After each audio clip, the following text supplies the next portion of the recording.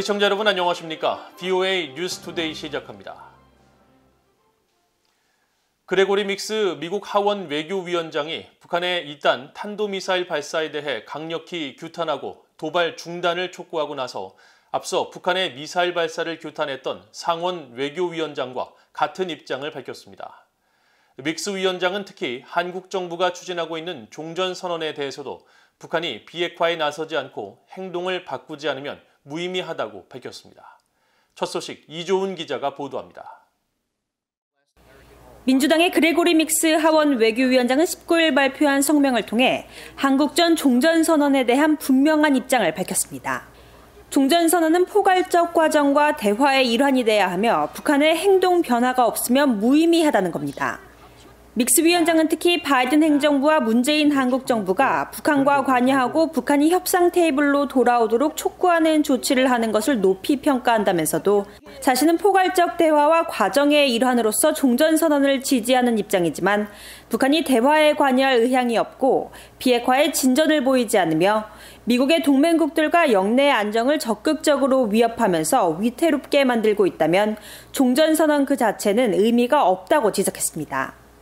앞서 미국 의회 내 여당인 일부 민주당 의원들이 한국전쟁 종식을 촉구하며 한반도 평화 법안을 발의한 가운데 해당 법안 심의에 대한 주요 결정권을 쥐고 있는 믹스 위원장이 논란이 되고 있는 종전선언에 대해 공식 입장을 내놓은 건 이번이 처음입니다. 종전선언에 대한 믹스 위원장의 이 같은 입장은 최근 북한의 이딴 탄도미사일 시험 발사를 규탄하는 과정에서 나왔습니다.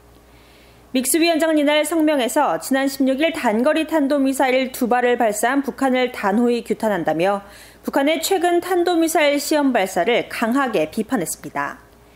그러면서 북한의 가장 최근 발사는 올해 들어 강행한 일련의 탄도미사일 발사 중 4번째로 국제법 위반일 뿐 아니라 영내 전체의 불안정을 야기한다며 북한은 핵 야망을 버리고 도발적인 행동을 즉각 중단해야 한다고 촉구했습니다.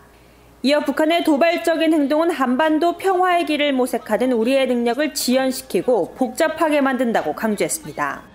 앞서 상원 외교위원장인 민주당의 반 메넨데즈 의원도 북한의 미사일 발사를 강력히 규탄했습니다. 메넨데즈 위원장은 17일 미국 MSNBC 방송과의 인터뷰에서 북한의 이딴 미사일 발사를 유엔 안보리 결의 위반으로 규정하고 유엔 차원의 대응을 환영했습니다. These are violation of UN Security Council resolutions. And Russia and China have to see North Korea's actions not only as a threat to the West, but as a threat to their own security. And so it is my hope that we can press at the UN for a coordinated effort that sends a real message to Kim Jong-un that these provocations are not the way to get what he may ultimately want. 이처럼 북한이 최근 극초음속 미사일 발사 성공을 주장하면서 미사일 시험을 이어가고 있는 가운데 그동안 신중한 입장을 취해왔던 미국 의회 여당인 민주당의 상하원 외교위원장들이 잇따라 북한 미사일 도발을 규탄하고 한국전 종전선언 논란 등에 대한 입장을 밝히고 있어 주목됩니다. VOA 뉴스 이조은입니다. 북한의 탄도미사일 발사에 대한 서방 국가들의 규탄 성명에 새로 동참한 알바니아가 이번 발사를 영공과 해양 관련 협약 위반으로 규정했습니다.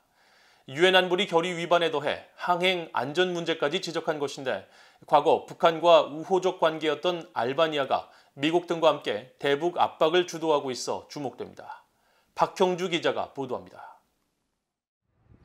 남유럽 국가 알바니아는 19일 북한의 최근 잇따른 미사일 시험을 강력하게 규탄하며 이런 발사가 유엔 안보리 결의 위반이자 영공 해양 관련 협약에 위배된다고 지적했습니다. 유엔 주재 알바니아 대표부는 북한의 미사일 발사를 규탄하며 유엔 안보리 회의 소집에 적극 나선 배경을 묻는 VOA의 질문에 이같이 답하면서 알바니아는 특히 이런 미사일 발사는 큰 오판을 초래할 위험이 있고 영내 상상할 수 없는 결과를 가져올 수 있어 실제 위협을 야기한다고 비판했습니다. 그러면서 북한 정권은 그들이 공언한 대로 전쟁 억지력을 실제로 강화하고 있지만 이것은 영내와 국제 안보에 막대한 비용을 초래한다고 지적했습니다. 수십 년 동안 공산주의 체제를 경험하고 1960년대까지 북한과 우호적 관계를 유지했던 알바니아는 현재 유엔 안보리 비상임 이사국입니다. 알바니아는 특히 미국 주도의 공동성명에 이름을 올리는 등 최근 북한 미사일 발사를 규탄하는 데 적극적인 목소리를 내면서 미국과 프랑스, 아일랜드, 영국 등과 함께 북한 탄도미사일 발사에 대응한 20일 유엔 안보리 회의 소집을 요청하기도 했습니다. 알바니아 유엔 대표부는 이 같은 행동은 유엔 안보리 권한 안에 있으며 안보리는 국제 평화와 안보 강화에 기여할 수 있는 가능성을 충분히 모색해야 한다고 강조했습니다. 지난 10일 미국 등 5개국과 함께 발표한 북한의 탄도미사일 규탄 공동성명에 대해서는 북한이 모든 관련 당사국과 관여할 필요성을 공동으로 천명하기 위한 조치에 따른 것이라고 동참 배경을 설명했습니다. The DPRK's January 5th ballistic missile launch is a clear violation of multiple Security Council resolutions. The DPRK's continued pursuit of weapons of mass destruction and ballistic missile programs is a threat to international peace and security. We also call on all member states to fulfill their sanctions obligations under the Security Council resolution. Our goal remains the complete, verifiable, and irreversible denuclearization of the Korean Peninsula. 또 이 성명이 유엔 안보리 결의를 이행하고 존중하며 준수할 것을 촉구하는 또 다른 공동의 요구였다면서 국제사회가 전제 조건 없이 북한과 의미 있는 대화에 관여하는 데 진지하게 전념하고 있음을 분명히 보여준다고 밝혔습니다.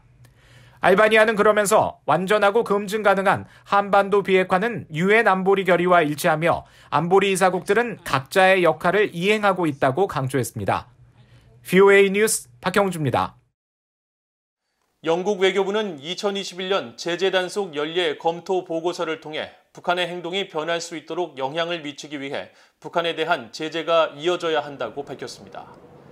영국 외교부는 19일 공개한 이 보고서에서 북한과 관련해 영국 정부가 유럽연합 탈퇴에 앞서 지난 2019년 북한 제재 규정 법안을 같은 해 3월 의회에 제출했고 이 법은 2020년 12월 31일에 발효됐다고 설명하고 영국이 대북 제재를 단행한 목적은 유엔 결의 준수 의무에 더해 북한이 핵무기와 생화학무기, 탄도미사일 등 금지된 무기를 보유하고 개발하는 것을 막기 위한 것이었다고 밝혔습니다.